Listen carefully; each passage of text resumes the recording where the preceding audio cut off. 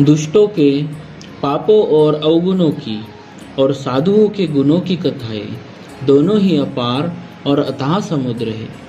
इसी से कुछ गुण और दोषों का वर्णन किया गया है, क्योंकि बिना पहचाने उनका ग्रहण या त्याग नहीं हो सकता। भले बुरे और ब्रह्मा के पैदा किए हुए सभी पर गुण और दोषों को विचार कर वेदों ने उनको अलग अलग कर दिया है। वेद, इतिहास और पुराण कहते हैं कि ब्रह्मा की यह सृष्टि गुण अवगुणों से सनी हुई है। दुख सुख, पाप पुण्य, दिन रात, साधु असाधु, सुजाति कुजाति, दानव देवता, ऊंच नीच, अमृत विष, सुजीवन मृत्यु, माया ब्रह्म, जीव ईश्वर, संपत्ति दरिद्रता, रंक राजा, काशी मगध, गंगा कर्मनाशा, मारवाड़ मालवा, ब्राह्मण कसाई, स्वर्ग नरक, अनुराग वैराग्य, ये सभी पदार्थ ब्रह्मा की सृष्टि में है। वेद शास्त्रों ने उनके गुण दोषों का विभाग कर दिया है। विधाता ने इस जड़ चेतन विश्व को गुण दोष में रचा है, किंतु संत रूपी हंस दोष रूपी जल को छोड़कर गुण रूपी दूध को ही ग्रहण करते हैं। किंतु संत रूपी हंस दोष रूपी जल को छोड़कर गुण रूपी दूध को ही ग्रहण करते हैं।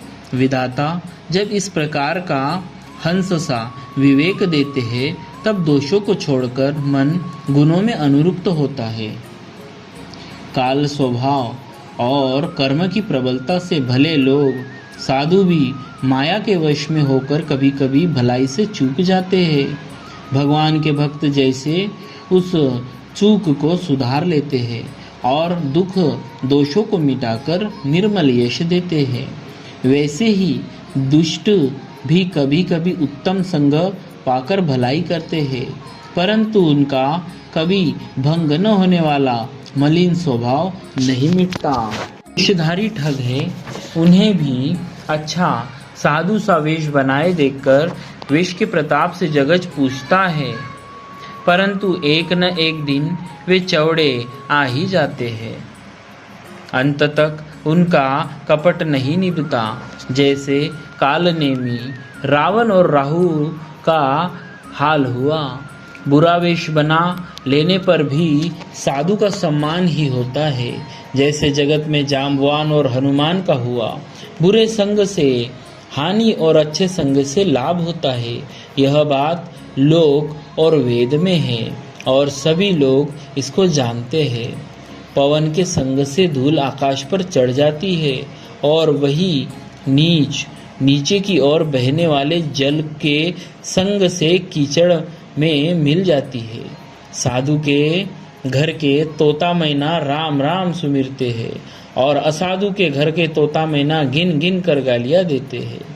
कुसंग के कारण धुआं कालिक कहलाता है, वही धुआं सुसंग से सुंदर स्याही होकर पुराण लिखने के काम में आता है और वही धुआं जल अग्नि और पवन के संग से बादल होकर जगत को जीवन देने वाला बन जाता है।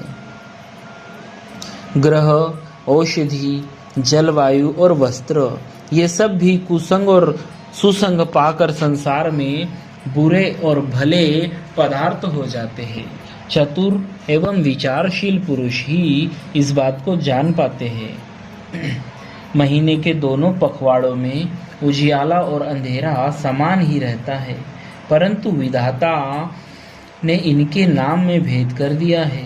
एक का नाम शुक्ल और दूसरे का नाम कृष्ण रख दिया है। एक को चंद्रमा का बढ़ाने वाला और दूसरे को उसका घटाने वाला समझकर जगत ने एक को सुयश और दूसरे को अपयश दे दिया। जगत में जितने जड़ और चेतन जीव है, सबको राममय जानकर मैं उन सब के चरण कमलों की सदा दोनों हाथ जोड़कर वंदना करता हूँ। देवता, दैत्य, मनुष्य, नाग, पक्षी, प्रेत, पीतर, गंधर्व, किन्नर और निशाचर, सबको मैं प्रणाम करता हूँ। अब सब मुझ पर कृपा कीजिए। 84 लाख योनियों में 4 प्रकार के स्वेदज, अंडज, उद्भिज, जरायुज जीव जल, पृथ्वी और आकाश में रहते हैं। उन सब से भरे हुए इस सारे जगत को श्री सीताराम में जानकर मैं दोनों हाथ जोड़कर प्रणाम करता हूँ। मुझको अपना दास जानकर कृपा की खान आप सब लोग मिलकर छल छोड़कर कृपा कीजिए। मुझे अपने बुद्धि बल का भरोसा नहीं है, इसीलिए मैं सबसे विनती करता हूँ। मैं श्री रघुनाथ जी के गुणों का वर्णन करना चाहता हूँ, परंतु मेरी बुद्धि छोटी है और श्री राम जी का चरित्र अथाह है। इसके लिए मुझे उपाय का एक भी अंग अर्थात कुछ लेश मात्र भी उपाय नहीं सूझता। मेरे मन और बुद्धि कंगाल है, किंतु मनोरथ राजा है। मेरी बुद्धि तो अत्यंत नीची है और चाह बड़ी ऊंची है। चाह तो अमृत पाने की है, पर जगत में जुड़ती छाछ भी नहीं। सज्जन मेरी ढिठाई को क्षमा करे और मेरे बाल वचनों को मन लगाकर प्रेम पूर्वक सुनेंगे। जैसे बालक जब तोतले वचन बोलता है तो उसके माता पिता उन्हें प्रसन्न मन से सुनते हैं, किंतु क्रूर, कुटिल और बुरे विचार वाले लोग जो दूसरों के दोषों को ही भूषण रूप से धारण किए रहते हैं, अर्थात जिन्हें पराये दोष ही प्यारे लगते हैं, हंसेंगे। रसीली हो या अत्यंत फीकी, अपनी कविता किसे अच्छी नहीं लगती, किंतु जो दूसरों की रचना को सुनकर हर्षित होते हैं, ऐसे उत्तम पुरुष जगत में बहुत नहीं है। हे भाई, जगत में तालाबों और नदियों के समान मनुष्य ही अधिक है, जो जल पाकर अपनी ही बाढ़ से बढ़ते हैं, अर्थात अपनी ही उन्नति से प्रसन्न होते हैं। समुद्र सा तो कोई एक विरला ही सज्जन होता है, जो चंद्रमा को पूर्ण देखकर, दूसरों का उत्कर्ष देखकर उमड़ पड़ता है।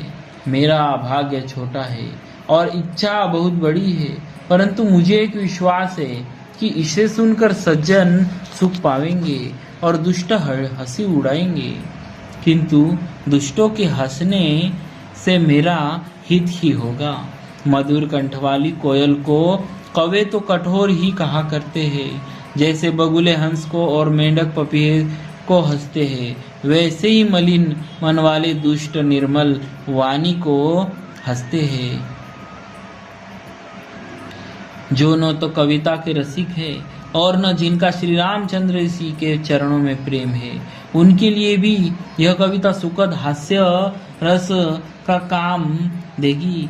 प्रथम तो यह भाषा की रचना है, दूसरे मेरी बुद्धि भोली है, इससे यह हंसने के योग्य नहीं है।